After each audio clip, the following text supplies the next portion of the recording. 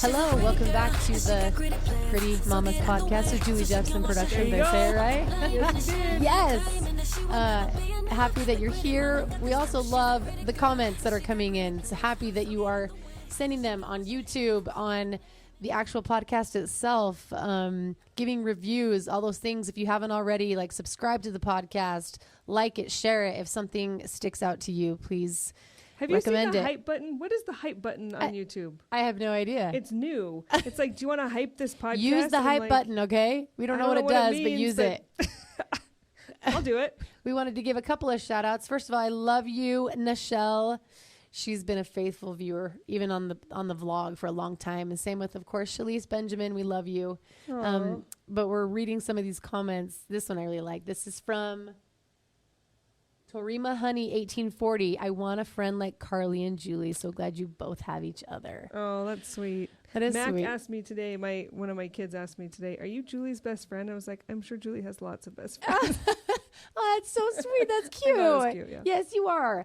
And then let's see, we've got, okay, Fala Jen. I literally can't read it from here. 7266. Thank you, Carly. So glad you tell it like it is, which is usually people tell me that. You just like to tell That's it why like I it think is, we're, huh, Julie? We're similar, Yeah. I think, in that way, yeah. But they always say it to me like it's a bad thing. Well, Yes. well, you don't sugarcoat it, do you, Julie? Yeah. I'm like, It depends on who you talk to. Some people love it and some people hate it. Yes. It just is what it is. that's okay, what I get so guys? bugged about is when people say, you don't need to be posting this. I'm like, just because I don't have to do what you like, what you think is appropriate. I don't post my children online. Well, I do.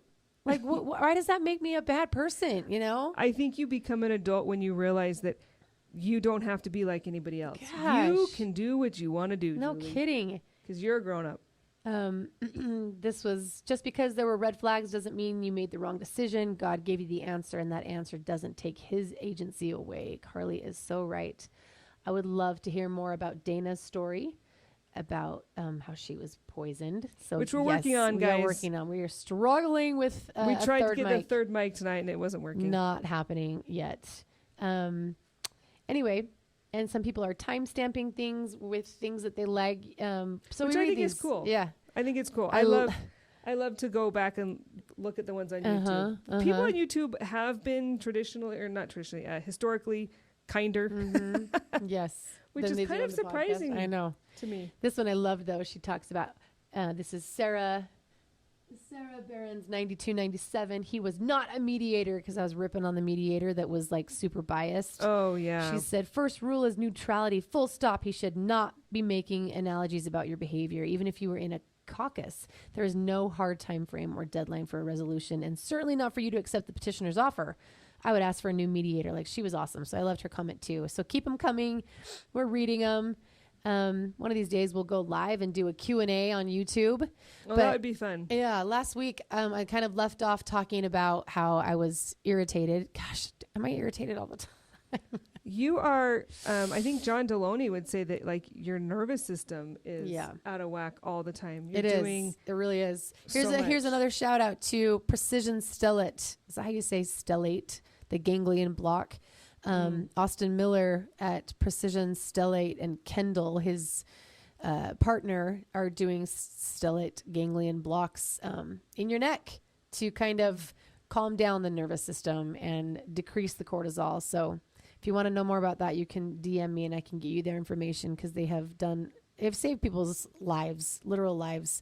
But last week I left off talking about how I was in a Relief Society lesson, and they just had like an arrow, or what's this called? Like a little pedigree chart kind of thing. It was one line went down to a. Yeah, it's like an arrow. I mean, it's I'm it's showing not it the on, arrow like you're thinking, though. How do you describe that? an upside down V. It's a triangle, Right? Yeah. Yes, a triangle without the Yeah. bottom line, upside down V, and there were arrows pointing to one side, and that said peacemaker, and on the other side it said contention. And I was sitting in this lesson while the Relief Society sisters are all talking about how we need to be peacemakers, or keep, how does she just being peacemakers, peacemakers. Yeah. But they were saying it in a way that was just like so Relief Society. Don't cause trouble. You know, basically it was sweeping everything under the rug, and don't say things that are going to be that are going to cause issues. It was just kind of all How under that old vein. was the lady teaching the lesson? They were old. Because I don't know that I would say it's Relief Society as much as I would say it is a generational. Yes. It's something that is a gap in generations. It used to be, I mean, it's kind of that era of children should be seen and not heard. Yeah. Right? It's that kind of generation. And and don't talk about suicide. Don't talk about anything. You don't talk about anything. But also it was because it was shameful. Right. Well, I mean, that's the thing is everything was shameful. Yeah. Right? Like you don't talk about mental health. You don't like fill in the blank with 100 different things you don't talk about. I don't think it's religious. I don't think it's our particular religion. I think it's generational. Yeah. So, but half these women were from that generation. And I was just sitting there kind of fuming like, ugh, because the other line was contention. And I was like, hey, so we are being taught now by these older women. It's black or white. Yes. You either keep the peace or you're a contention. Like you're contentious. Mm-hmm. And I raised my hand. What did you say? Oh my gosh. And she's called on me. I was like, I'm sorry, I have to do something. And I stood up and I was like, I'm really sorry that I'm interrupting the lesson. And I grabbed the dry erase marker and right down the middle of that V, I wrote a line down in the middle with an arrow. And I wasn't quite sure like which word I wanted to use, but it was like peacemaker, contention on the other side. And so down the middle, I was like, it's not always this black or white, ladies. So I wrote defender down the middle. Okay. Like defender of truth. Yeah. Just like defending, like, just because, I mean, I'm thinking of, if you're familiar with, the Book of Mormon and some of the stories in there, like Tiancum is one of my favorites. He is jumping over the city walls and stabbing people with a javelin right in the heart. Ammon who cuts off 2,000 Ammon arms. cutting off the arms. I mean, like, and Gidgedoni, was he good or bad? Anyway, there's like, but Tiancum he's a bad mamma jamma, and he would just like take business into his, into his own hands and just slay, the dragon or the bad guy, and it was righteous. Well, a lot of people who don't believe in the Book of Mormon will talk about how Christ turned over the tables at the temple, right? He cleansed the temple in anger. Yeah. And that's one of the things that's bothered me all the time. Because I'm like, during this whole court battle, I've been like, well, am I turning the tables like Jesus? Or do I pull away like he did and hide away away from everyone? Because he did both. And I don't know where the balance is between being a peacemaker from what I consider to be a peacemaker and what I've learned and grown up with my whole life in this culture. Or when do I get to be Tiancum? Well, yeah. Well, it's versus stab someone. Remember, was it our last podcast or two? The last time we recorded, so 1 or 2 podcasts ago, when I mentioned peacekeepers and peacemakers. Do you remember this? Yeah. And we had a couple comments about people that were confused, and I was like, well, yeah, because I used the wrong word because it was 11 o'clock at night, and I'm an idiot. But the idea is that you can be a peacemaker or a peacekeeper. Yeah. Carly brought this up to me because it's bothered me. And in that lesson, it bothered me. So I wrote defender I didn't try to take over the lesson, but I was like, I'm sorry. I'm just sitting in this lesson, listening to you guys talk about how to keep the peace. I said, but what should I have done in my situation? Kept the peace by letting him run me over. And it was you did that for years. Yeah. Yeah. And it was my bishop. Cause I was like, I don't feel like I'm supposed to be doing this. I don't feel like I should, be defending and putting, I should, I mean, I didn't say this, but it was in my nature. It's not even in my nature. It was what I was taught. It was intrinsic. It was, what's the word? Maybe what you saw. Yeah. The example set for you. Yes. It was just to be peaceful and just to let it go. Well, just always let it go. This is when we need to have this conversation because the difference between being a peacemaker and a peacekeeper is significant. Right? Yeah, which I don't even think I knew that there was a difference. It was just constantly but so it was my bishop who said, Julie, put the shield down and start, and put the boxing gloves on. Mm-hmm. And I was like, what? Because to me, that's not keeping the peace.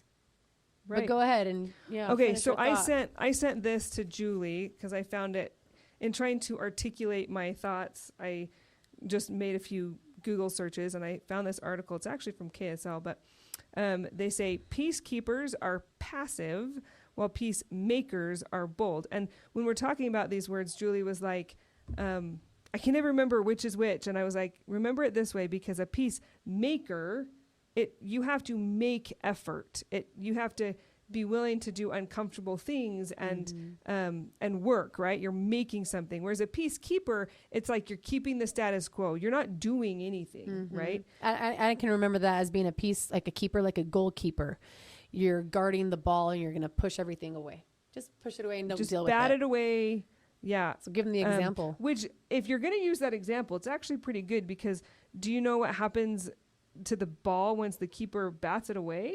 It just... If you want your keeper to hold that ball, because if you don't, it changes what they can do and how the players respond, and you're gonna get scored on if that keeper doesn't catch the ball. Basically, you do not want a keeper who bats that away. The reason I can say this fairly confidently is because one of my kids plays at a very high level. Of soccer, and I don't know anything about the sport. So except to kick the ball. It was our life for quite a while. But anyway.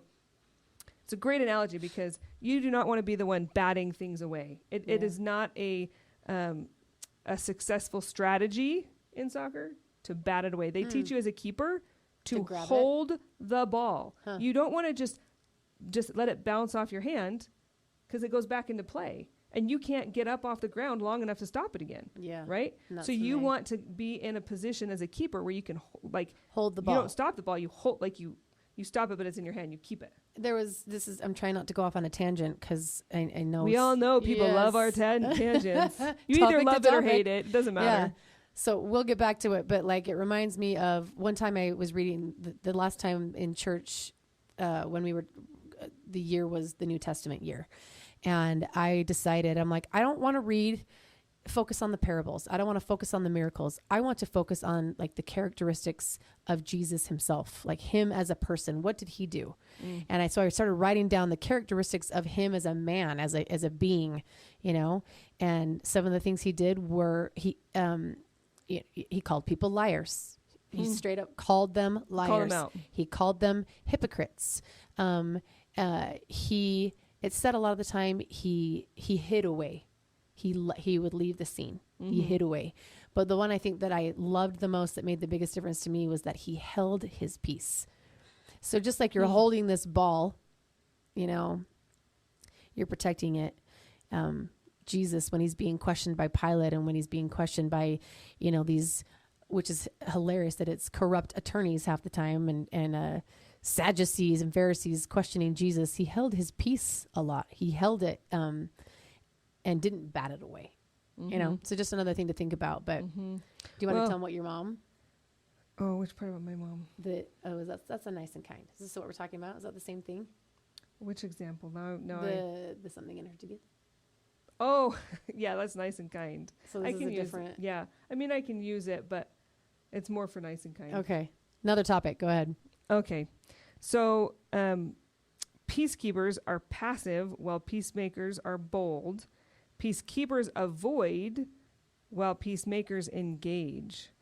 Peacekeepers minimize conflict, but peacemakers maximize crucial questions and conversations.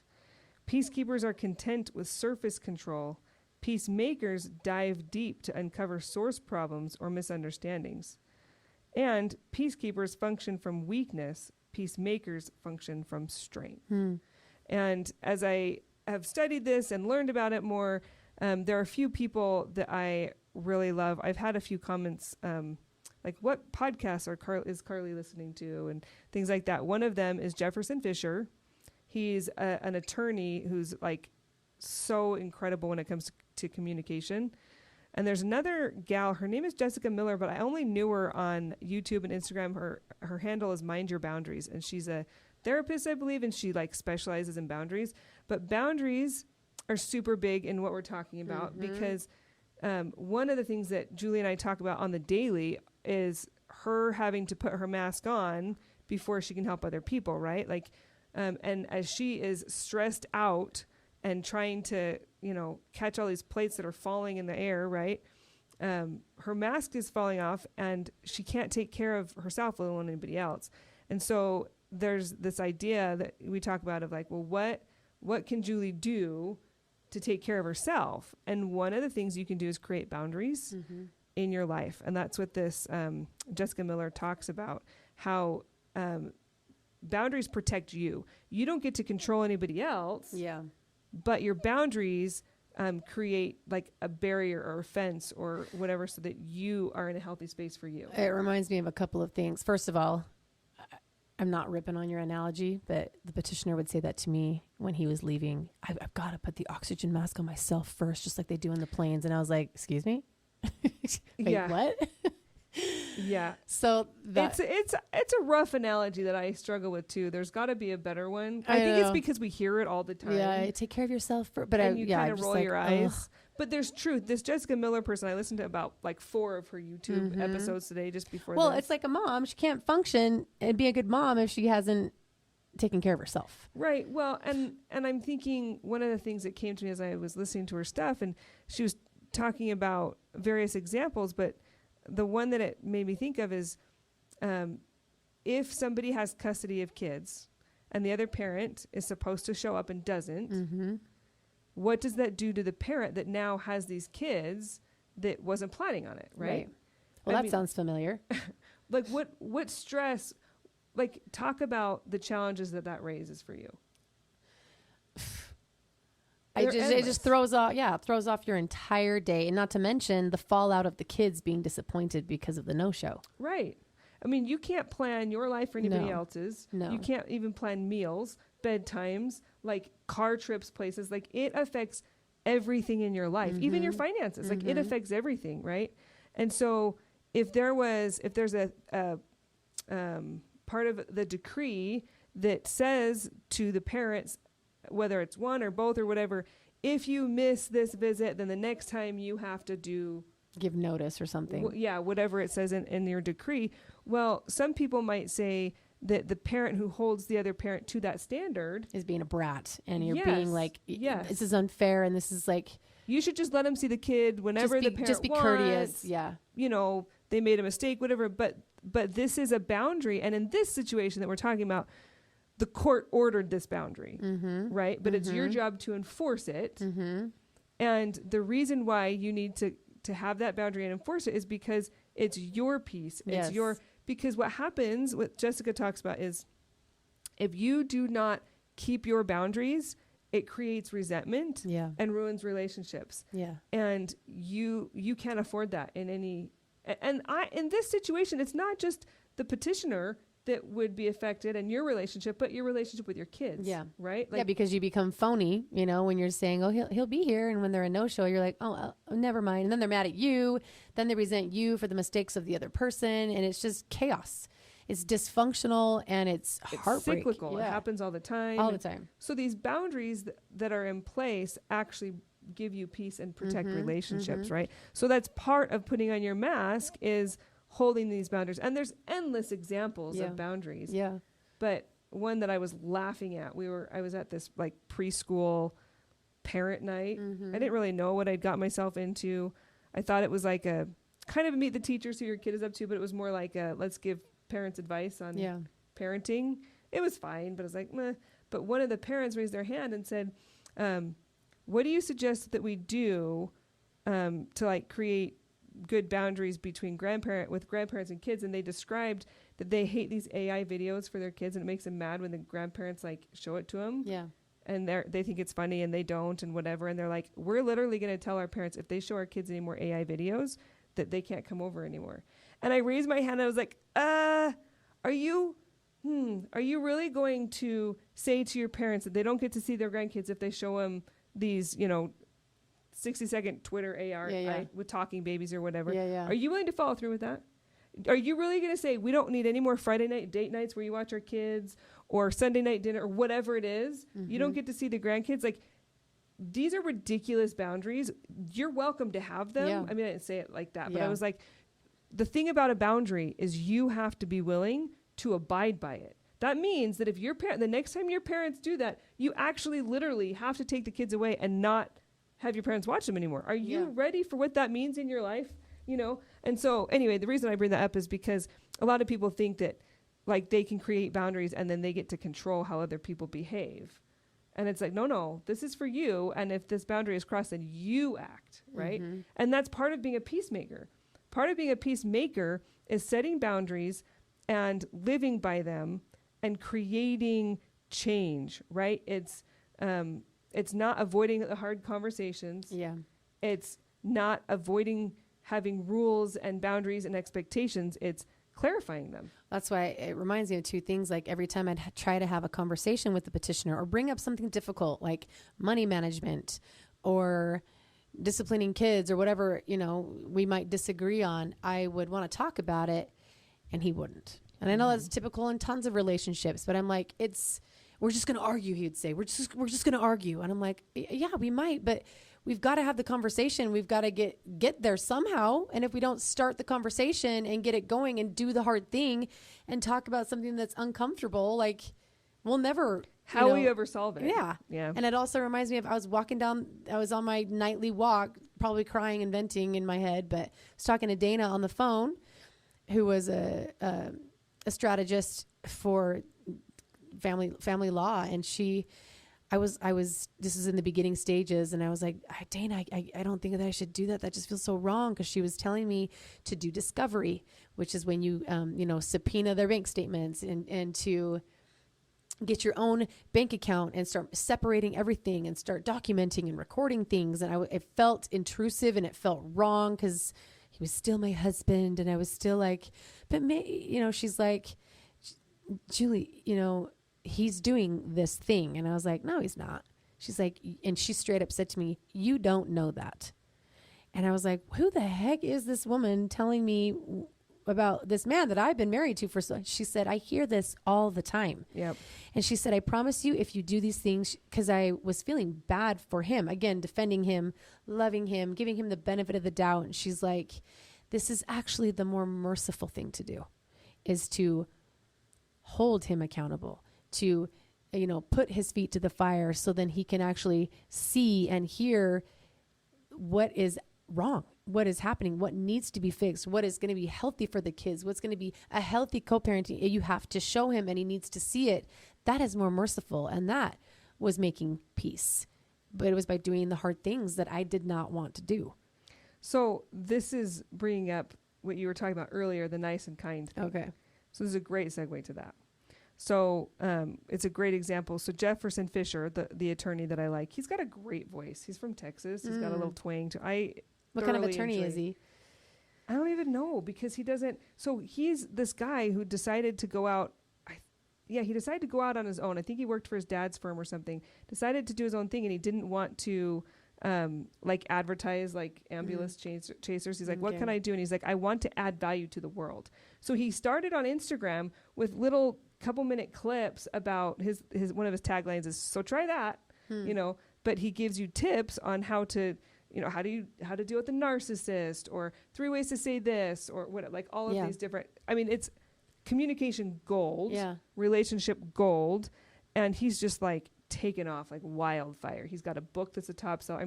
He is super. And you listen to him faithfully. I love this guy. Yeah. I take breaks on everybody, but like I was listening to him today. I wanted to re-listen to this episode that I want to talk about now. Because I listened to it at the gym and I was like, I'm not remembering this all the way. So I went back and listened to it. And he talks about being nice versus kind. And even like the root of the words, being nice. Now, I don't have my notes because we're recording with my phone, but did I send you nice versus kind? I don't know. Just this one? I think peacemakers versus peacekeepers. No, was there another one? I think I sent you 2. Yes, you did. Okay, awesome. So nice started as being ignorant or naive. That's what the word was used as. And then we started using it as pleasant or polite. Nice is surface. It has no depth. And it's concerned about appearance. Nice people pleases. When you're nice, other people use you. Whereas kind comes from family and connection. Nice is harmony. Kind is honesty. Nice is not authentic. It's corrosive. It makes you feel empty. Nice is a tone that you use. It is a tone I use because I'm always like, oh, that's nice. How nice. Exactly. He says, stop being nice at the expense of being real. Stop playing nice. Mm-hmm. Nice gets steamrolled. Nice sounds fake. It can. But his point is, when you are nice, like, let's say somebody asked you to go, or like, hey, can you babysit my kids this day? Well, the nice thing to do would be to say yes. Mm-hmm. But he says, listen to your gut. If your gut says no, for whatever reason, you listen to it. Your answer should be the first thing out of your mouth. It's like, he says, if you have a good relationship with them and you know that they'll respond to the why, then you can tell them why, right? It doesn't have to be this like kind of curt exchange, but you say no, and then you kind of like make a clear reason. Depends on who it is, but like you basically say no and don't have to like clarify. He'll say, I'm trying to come up with the different things that he said. What about your mom's example? Well, yeah, that's different though. I mean, it's the same but different. My mom, what Julie's talking about is my mom was working the floor at REI as a merchandiser, and she'd eaten lunch, and at the end of the day, she goes to the mirror and sees that her lunch is still on her tooth. She's got this black seed or whatever. And she comes home and she says, I just learned that I have no friends. And I was like, what? And she says, well, I ate lunch and then I talked to 5 different people or however many people, and nobody told me that I had something stuck on my teeth. And her point was that a real friend would not let her walk around with that in her mouth, right? The nice thing to do is to ignore and be polite and say nothing to the person. The kind thing to do is to tell the person, right? The kind thing is what promotes change. The kind thing is, so like, the example of watching my kid, right? You say no if your gut says no. That's the kind thing to do, would be to say no, because you're not building the negative feeling towards the person, right? Like if it's not good and healthy for you for whatever reason, then but you say yes, then the other person's not really responsible for it, but you create these ill feelings towards the other person. Yeah. And that creates bad relationships eventually, right? It's kind of like dating, resentment, right? is the word I'm looking for. Yeah. It's like when, somebody asks you on a date or whatever and you ghost them, and you just don't respond. You don't respond. Like it's nice they're getting the hint, but like the kind thing to do would be to straight up say, I don't think that this is going to work, instead of leading them on. Yeah. Because otherwise you'll be like, he won't stop calling me. Like, what a loser. And again, building up resentment and building up like spite and like you're bugged every time. Just do the kind thing. And it's the kind thing is the hard thing, because in the same kind of analogy, I had a few guys in college say, I would rather have a girl turn me down for a date than go on a pity date, because I'm wasting money on her that I could be spending on somebody who's actually interested in me. Right. So the kind thing, it's hard to say I'm actually not interested. Mm-hmm. And maybe in college you just want to go on the date because you want the nice dinner or whatever, right? Yeah. But the kind thing is to not use the people. I have my example kind of with my next door neighbor who was screaming profanities and, brought that knife out and everything. And for so long, every time he yelled, I'd say, I'd shush the kids and just shuffle them into the house. Just that's inside. Peacekeeping. Yes. Just being nice, like letting it all go. Being passive. Yep. Keeping the peace and shuffling them inside. Just go inside. Just ignore Minimizing them. Just go conflict is another one. Yep. Minimizing it all. And then until he finally, it just kept happening. Every time my kids were outside, they were scared of him. He's yelling at them. And I mean saying bad, awful words. I mean, calling them the N-word. These little kids, It's mind-boggling to me. And flipping them off. I'm like, you're like 60-year-old man. Like, what are you doing? So... But I did that for a long time because I was like, I'm trying to keep the peace, when really it was doing the opposite. It just kind of gave him this more power to just reoffend, just keep insulting everyone. So finally, you know the story, I confronted him when he was out there screaming, and I said, stop. It is time to stop. You need to stop yelling at and he started swearing at me, and I said, no, you don't get to swear at me. You don't I'll say whatever I want to say to you and F-bomb this and F that. And I was like, no, you do not get to say that to me. And I will call and I will get a restraining order. You will not be able to have contact. Like, enough is enough. Don't talk to me like that. Don't talk to the kids like that. Yeah. And I have not heard from him since. Good. Yeah. And it created... He probably knows because you called the cops. Well, the cops came and you did press charges, that you will keep those boundaries. Yeah. You declared the boundary, and now the next time he comes, you will show him that you're going to hold that boundary. You will call the cops. So some people commented and said, "Oh, Julie, you're in the wrong. You just made it worse." And I was like, well, first of all, this is like the 20th time, and enough was enough. And I think that this was actually creating peace. Peace in my own heart, in the lives of my own kids who are afraid to go outside because A, he has not returned. And B, it's being a peacemaker. It's doing the hard thing that I did not want to do, was confront and to have the hard conversation. May not have been a peaceful conversation, but doesn't mean that we need to avoid conflict just to keep the peace. You cannot avoid conflict Yeah. and make peace. I mean, and I think that, I mean, this is not relationship or divorce or anything based, so we don't need to go down these roads. But you have to remember that we tend as human beings to conflate issues.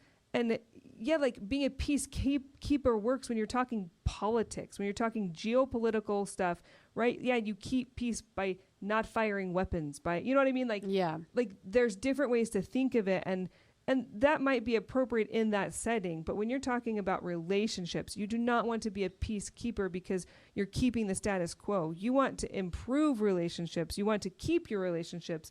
You don't want to keep them stagnant because then they deteriorate. Yeah. And there's that resentment. Here is some more things to kind of help you guys understand the difference between peacekeepers and peacemakers. Peacekeepers are afraid of conflict, right? We talked about sweeping things under the rug and just batting it away. Nobody blames anybody for not liking conflict. Right. Nobody likes conflict. And it leads to ongoing problems like people-pleasing tendencies and being treated like a doormat, lack of confidence or self-worth, codependency, and anxiety or depression. And I would venture to say that half of the women in the church feel this way. I think half not the women more. in general, Yeah. just in society, feel that way. You may be working overtime to keep the peace in your family, but you don't see the results for all your efforts. Your mental, emotional, physical, and spiritual health can suffer if you strive to be a peacemaker. I was like, what? And then you want to read the peacemaker. Oh, you said peacemaker last time. If you strive to be a peacekeeper. Did it say that? Did I read it wrong? Right there. Oh, Yeah. peacekeeper. Yes.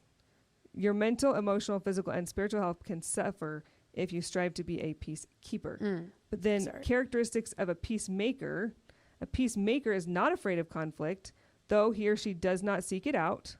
Peacemaking people stay calm and self-control during conflicts, which, you guys, that is a skill that you have to develop. That, I mean, when we talk about this is the ideal. And Jefferson Fisher, one of the reasons I love him is he is so, he's kind of like Steve, who's my attorney. Yeah, your attorney. Just so even keeled, like he doesn't get super emotional and cool as a like, cucumber. Yeah, like he has a nice. I want everybody to listen to this episode. It's so good. But he just talks about how, like, you can. Well, one of the things that he says is, people pleasing is fine as long as you're one of those people that you're pleasing. So, but he can have. Oh, your phone locked. You can have a peacemaker type conversation, a kind conversation, while also having a nice tone, right? Yeah. Like he is very, I can't think of the word. My brain is dead tonight. I'm having so many like stumble over my words moments, but it's not like regulated maybe is a word I could use. Anyway, but you can be that way when you're peacemaking, but don't be discouraged if it doesn't happen instantly, No basically, kidding. Because that to be able to human. not be emotional is something we all have to work at. Yeah. So, okay. So a peacemaker is not afraid of conflict, though he or she does not seek it out. Peacemaking people stay calm and self-controlled during conflicts, and they help others arrive at an agreeable solution. They're reasonable and level-headed, show grace to others, listen well and share wisdom, bears the fruits of the Spirit. And there's a scripture there. It's Galatians 5:22 through 23.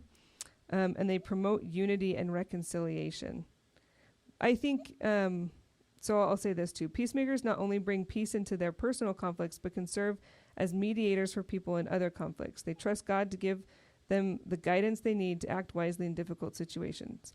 But not corrupt mediators. Every one of us can become a peacemaker with guidance from God, practice, and compassionate help.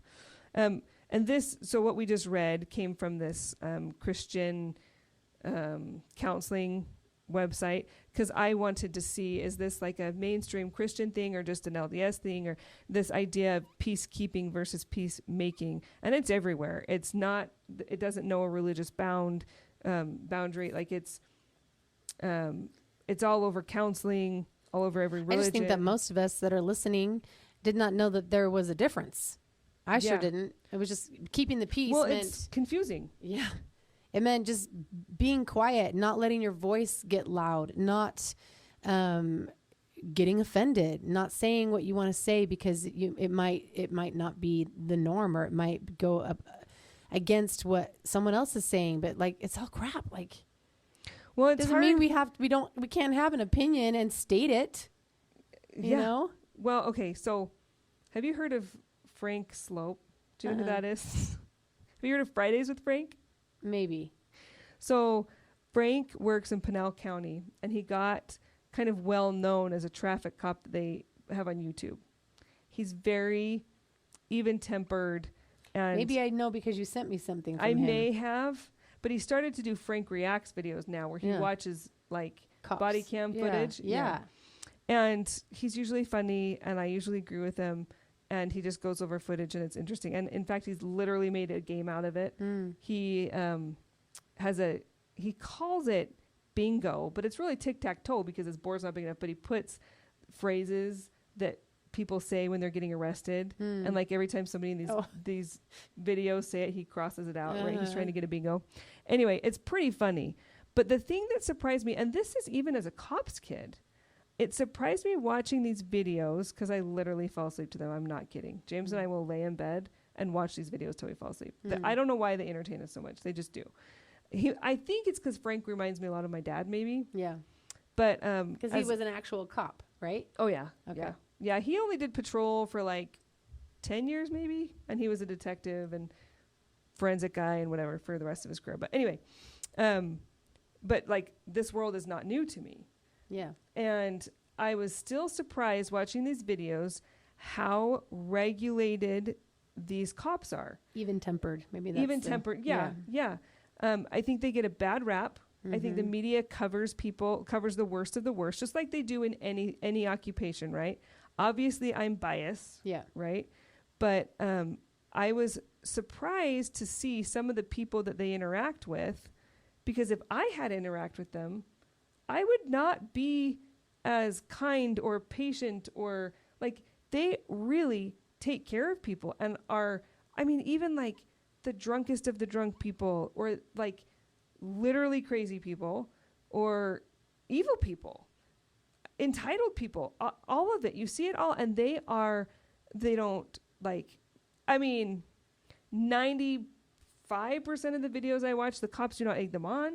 They are it is shocking to me just because of the bad rap that they get. And as you're talking, I'm thinking, you're like, cops are the best example of trying to figure out, when you say most people don't know there's a difference between being a peacekeeper and a peacemaker. Yeah. I think if you watch enough of these cop videos, you see that there are situations where cops are peacekeepers. Yeah.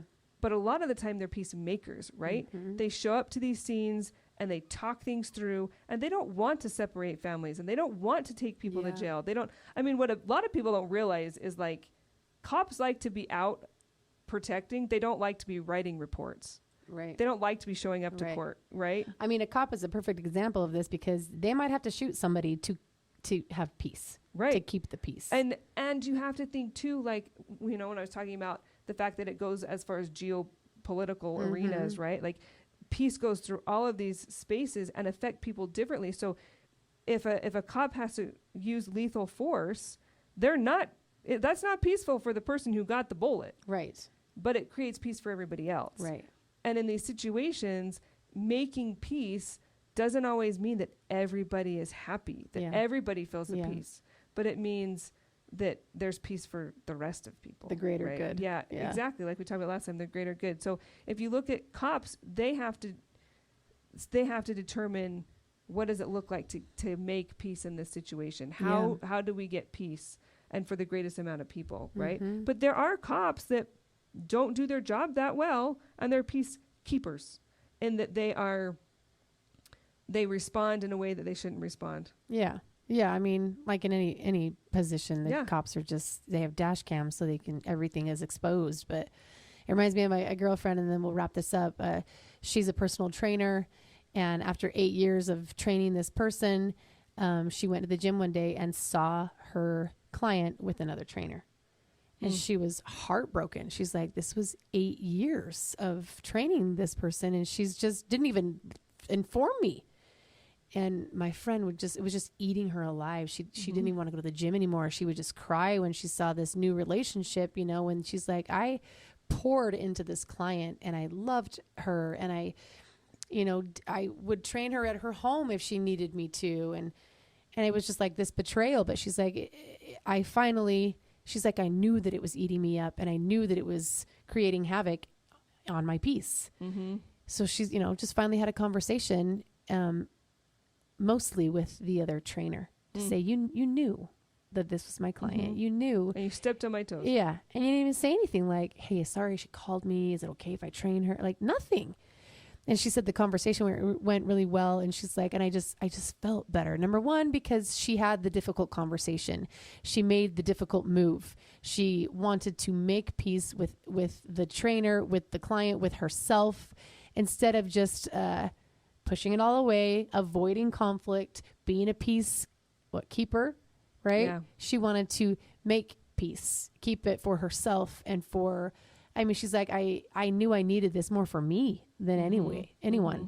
So for all of you out there that are stuck in this mindset like I was of just keeping the peace at all costs and believing that means quiet.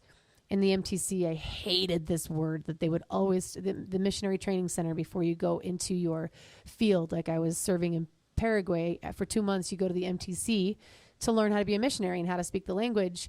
And all they said to me, to all of the girls, well, to everyone, but it was really hard on the girls. They were hard on the girls. Now remember, sisters, quiet dignity. And I was like, if I hear those freaking 2 words together, I'm going to lose my mind. They wanted us to be quiet with dignity. And I don't even know how to internalize that. I don't know. So how do you think these, 21-year-old girls at the time, because the missionary rule hadn't changed yet, we were walking around like, I felt like a Barbie doll, like, look the part, because I'm not trying to rip on, the church or the MTC, because things have changed. Now they can wear pants, for heaven's sakes. I think it's like a cultural time period kind of thing. And I was like, I'm a Zennial, right? Born in 81. So you walk in and they literally, they'd have the boys turn around in a circle to check your haircut. But they didn't check our haircuts, but they still made the women, the sisters, turn around in a circle and they would inspect you. And she inspected my dress. There is no way they do that still. I hope not. I have a kid going soon. I'm going to ask all these questions. But you just drop them off now. But this, you won't see it. No, she'll tell me. I hope so, because I remember like doing a full turn, like about face, and she like moved my shoulders as I turned, and she's like, "This is crazy." Yeah, I'm still active. I love the church. People are messed up, but well, I've got to say, my mom worked so there's like a ward level that has your congregation of like 300 or 400 people, and then a stake has like 10 to 12 wards, like in one stake, right? So that's however many people, several thousand people, 3,000-4,000 people. My mom was in charge of all of the young women in that stake, in that 3,000 or 4,000 people, right?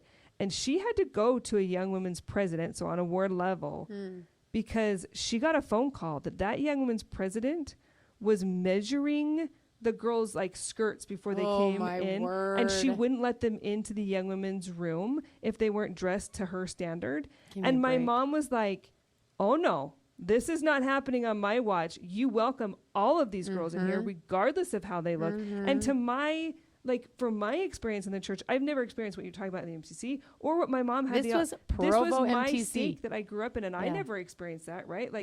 It could be based on who the, I don't know what it is in the MTC because I've never been, but like the temple will have a temple matron. I wonder if there's like a woman over the MTC, or if it's like... This was just like, I think, a volunteer missionary or someone who worked at the MTC, but she turned my shoulders. She looked me up and down and she said, "Sister, you pass, but there are probably too many flowers on your dress." I will never forget this. And I will post the dress that I wore because it's my missionary plaque dress.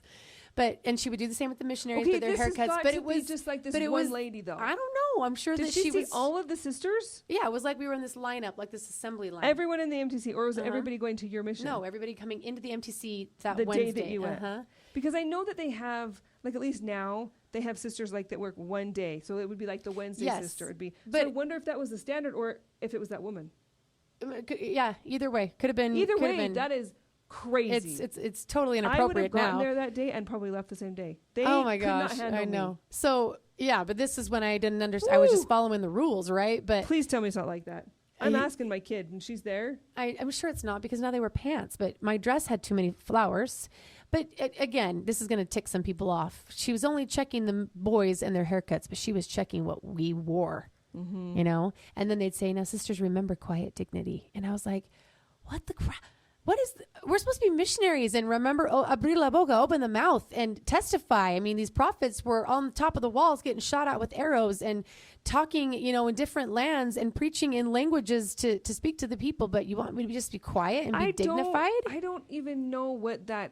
Like, I know what those words, if I could look them up in the dictionary and I could define them. It creates so much confusion. Right. Like, I don't even know what that looks like like, you define that in your brain, and then how do I exemplify that? How do I act that way? Oh, yeah, because I'd sit there and be like, quiet dignity, but you want me to prophesy and be not prophesy, I meant preach. What is it? Yeah, preach, probably. Proselyte is the word I'm looking for. Proselyte, yeah. But you want me to proselyte as a missionary and be bold and be brave and have the Spirit with you, and the Spirit of God is like a fire is burning, but be quiet with dignity.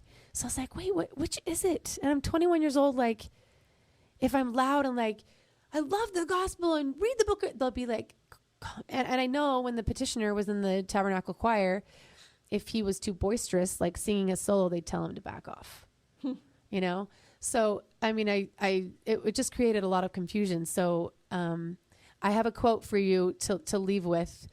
My mom gave it to me. So I feel like I'm going to share it with all women everywhere because it's not me that found the quote and loved it. She found it for me, thought of me, and gave it to me. And I have it on my fridge. And it says, well-behaved women seldom make history. Oh, yeah. That's a good one. I right? know that one. Yeah. It's a well-known one. But like, what does that mean to you? Well-behaved women seldom make history. Like, I don't think we're going out and stripping down and being these crazies out on the street. It but means like, you don't follow the status quo. Yeah. Yeah, it's not just being a crazy person. It is being bold in your beliefs and speaking out loud when you shouldn't be. Implies intentionality. Yeah. Like you do things on purpose, not to be reckless, but there's a purpose for what you're doing, even though it seems reckless. It's not reckless. It's intentional. So hopefully this doesn't discourage sisters from going. Be bold in what you want to say. You know, I can say I'm pretty confident that what she described is not a thing anymore. I have a lot of young women that I know that have been on missions. I have lots of family members that have been on missions in the last. I mean, how many years has it been for you? Over 20. Yeah, in the last 5-10 years, and I don't think it is that way anymore. Yeah, I just remember like looking, going in a circle, like, what the heck is that? You're inspecting me? Like, I'm not being like. Do you think that I have cleavage? Well, no, I think the thought process there had to have been, these are ambassadors for the church. We want to make sure that the people who are going out wearing Christ's name. Yeah, I get it. That they have this like appearance. They just didn't understand what they were actually doing and how not just mortifying, but harmful it is, right? Yeah. The thought process was so because backwards. They don't want, missionaries to have facial hair and even in my mission, there was a couple that left the church because he wanted to keep his mustache, but the stake president wouldn't allow it. What? And so just dumb stuff like that, right? But the church has changed their tune. Like me and the petitioner at one point were the poster children, the poster people for the church, the Mormon campaign, when we were proud of this is I am a Mormon, .org or whatever. Do you know where the title Mormon came from? It was a derogatory term that they spewed at us, in crowds, like Joseph Smith Day. Those Mormons? Early in the 1800s, right? When the Book of Mormon first came out, and Joseph Smith was around, all of those things. And rather than try and get them to stop saying it. They just embraced it. Right. And we did that like with the Mormon musical, the Book of Mormon musical. You've seen the play, now read the book. Like, yeah, they bought an ad in the playbill. Yeah, that was awesome. Yeah. So, anyway, I've lost my train of thought, but because I interrupted you, which that's okay. everybody loves. It's okay. I interrupt you too all the time. So, yeah, that's what I wanted to end with, though. Like, don't be a well-behaved woman. Yeah, and speak your mind. I think tact. Can we just say be a tactful woman? Yeah. Like, I think that we just need to have a more well-rounded idea of women. That's where I was going with this. Was now you know, they wanted to be clean cut and no facial hair, the appearance of perfection. You know, as a missionary and as ambassadors of the church. Which the word perfection is triggering for a lot of people. Yeah. We do not believe we are perfect, nor can we ever be perfect without the Savior, just to clarify. And, you know, it develops scrupulosity, I think, you know, big time. And so now they accept dreadlocks. I remember, this is not a diss on my mom because this is something she had never seen. I can't stop talking. She gave me, is that have caffeine? Yes, it has caffeine. She gave me caffeine and I'm feeling, look guys, I had a Dr. Pepper with creamy coconut, 0 sugar. She drank the whole thing. I don't even drink pop. My nose was burning, my eyes were watering, and my throat was like on fire, but it was so good. I'm the bad friend. And I have some energy. I'm like, let's go, let's do this. Like you can't hang out with that girl anymore. It's going to be 11 o'clock, for heaven's sakes. The kids don't have school tomorrow. Hopefully they'll sleep in. But my mom was serving her mission with my dad. My dad was mission president in New Jersey. And I remember her calling us to say, Julie, the bishop has dreadlocks. And she's like, and the women come in with short mini skirts and cleavage. And I'm like, and Mom, isn't it great? They all love Jesus. They're all there for the same reason. They're all there to worship, you know, and be together. But in church in Utah, we are all dressed in our Sunday best. We all look the same. So for her, she's like, this has been eye-opening to see somebody with dreadlocks or somebody with a mini skirt or cleavage that I would consider totally pornographic, but they're in church. But it was so good for her to see that. Well, a lot of people who haven't been raised outside of Utah, they need that experience. Yeah. To love people regardless, you know? And so hopefully that has now changed in the MTC, so you don't feel judged and like... I will report back soon, because I've got a kid that will be going before I know it. Really? Oh, yeah. We're putting papers... Gosh. I mean, I say we. I'm not doing any of it. She's doing it? Yeah, she's just got one more interview. Quiet dignity. I'm like, what the crap? Quiet my rear. Like... There's a reason I didn't go on a mission. Maybe it's that. Maybe Heavenly Father knew that I couldn't Because then you felt like you were sinning. If you were loud, you felt like if you were loud, you were sinning. And if you weren't dignified and you were joking or laughing... that you weren't dignified, and then you're like, I'm a bad missionary. Like, it was bad. I don't think I would process it like that. I think I would just be like, this is a joke. You say that now, right? And as a matured woman. No, I have always been really? Like, my dad would tell me, don't cut off your nose to spite your face. I'd be like, I don't even know what that means. That's stupid. And now I get what it means. But I came full of opinions, and I am now able to see that I'm not always right, but I was always right at that age, for sure, right? And I would not, I don't allow many people to make me feel like I'm hard to gaslight. At least I used to be. I don't know if I still am. But like I was just, because I had parents that told me I was beautiful and capable and smart and I could do anything I wanted and blah, blah, blah. And I believed them. Yeah. And so if somebody was trying to make me feel like that, I would probably laugh at them. I don't know that I felt like that then. I was just like, oh, this is what everybody does. I didn't feel like I do today. Like, how dare you? You don't get to tell me. You said that it would make you feel like you were doing something wrong no matter what. Yeah, and I'd all the mission rules I'd did. probably be like, no, I'm doing it right. You're but doing also it wrong. Remember, like if a missionary, if you're like me, a little scrupulous, I think we all are in the mission field because you want to be obedient. You want all the blessings that will bring the Spirit. You'll be able to baptize. If you got up at 6:32 and you missed you're supposed to get up at 6:30, right? And you miss an appointment, you're like, it's because I got up at 6:32. Oh boy, that's not healthy. You know, and so you so badly want to be so good for Christ and be who He wants you to be, that you're following everything to the point where you make yourself insane on a mission. I understand the missionaries that have anxiety and come home because it's I never faced it's unbearable sometimes. I think it's my ADHD. I don't have the capacity to be scrupulous because I forget everything. Well, but it was nice to have my parents say, Julie, like you need a balance. Yeah. And if you got up at 6:32 and a baptism didn't go through, it is not because you got up at 6:32. No, because that takes away agency from other people. It's like illogical. So I had, family at home that would help keep you balanced and grounded, but not all missionaries had that and would lose their mind or it's a lot of pressure blame that themselves. people put on themselves. Yeah. And then you feel like a failure, and it affects you the rest of your life. So having this 18-year marriage all of a sudden go to crap for me, like I'm second guessing all of my decisions. And I appreciate all of you who have chimed in and said, just because this has happened does not mean that you didn't receive a right answer from God, or just because it's this way now doesn't mean you didn't make the right decision then. And it helps me because I think I have poor taste in men. I have crappy revelation that I don't understand. No, we're not going down that route. No, we're not. But that's what I do. We're not going to allow you to gaslight yourself. We're over it. We're not gaslighting ourselves. And I am so grateful that in the last 5 years, we have a word for that.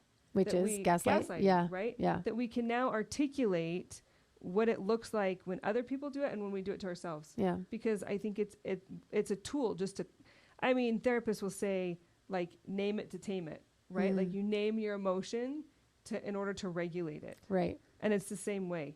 You see it as gaslighting so that you can stop it. Right. And you can turn it around. And I think the scrupulosity is similar. If you can notice it and say, which I don't know, we might need to define that word. You've used it a couple times, and I don't know that everybody knows what it is, but it's religious OCD. And it's pretty common, not just in LDS culture, but in a lot of religious cultures. Yeah. When you're striving to always be like Jesus. Yep. And you feel but to your detriment, like to where like OCD. Yeah. Like you wash your hands. Washing your hands is good. Washing your hands 15 times is bad. Like in a row, right? It's the same thing. Like you have to read your scriptures. That's good. You don't have to read your scriptures for 6 minutes and 52 seconds every day or whatever. Yeah. You know Or what it's I mean? like my nephew on his mission would be, if I don't talk to that person, then I'm going to be held accountable because I didn't talk to them and invite them to join the church and listen to the gospel. If I don't talk to them, then I'm going to be the one. And you just go down this rabbit hole. And I'm not saying I was scrupulous in the mission, but I did want to be the best that I could be so that I could tell my Heavenly Father at the end of the day, like I gave it my all and I did everything that I could. And healthy. But I did the same in my marriage. And so for that to happen and to do it's like I'm not patting myself on the back and we have got to stop. This is our longest episode Oh my gosh, who would have thought? It's the caffeine. I gave her caffeine. It really is. I'm like, let's go. Oh my gosh, I feel clear and clear-headed and I've got some energy and no headache. But I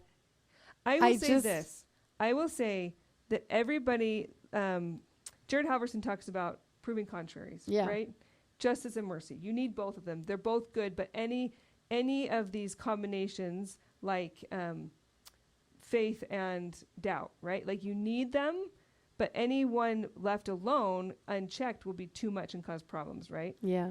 And I think what you're describing is like you wanted to, like having that accountability and taking personal accountability and knowing that you are going to be at the foot of the Savior and you're going to be accountable.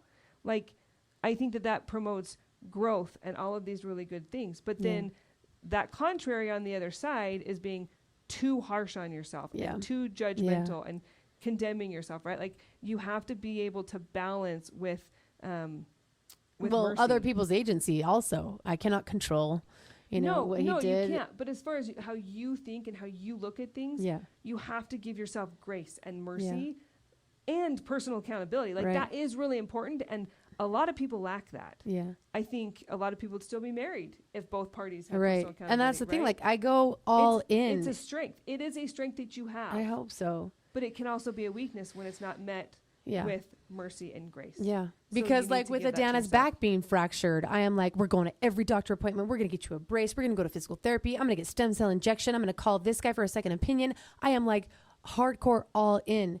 When I did a project for school, I spent time on it. I wanted to make sure that it was exactly what the teacher wanted and what felt good and honest to me. I did the same with my marriage. I did the same thing on my mission. Sometime I'll have to tell you the experience I had in the Asuncion temple in Paraguay where I asked like, God, are you proud of me? Because so many times in my mission, I was in trouble by my mission president who I did not get along with. And I was the first time, probably first and only, that I felt a rush of the Spirit where it's like, you felt the gust of wind. Wow. I never have felt it again, but I felt that in the celestial room at the temple as if somebody had like a fan had gone by me really fast.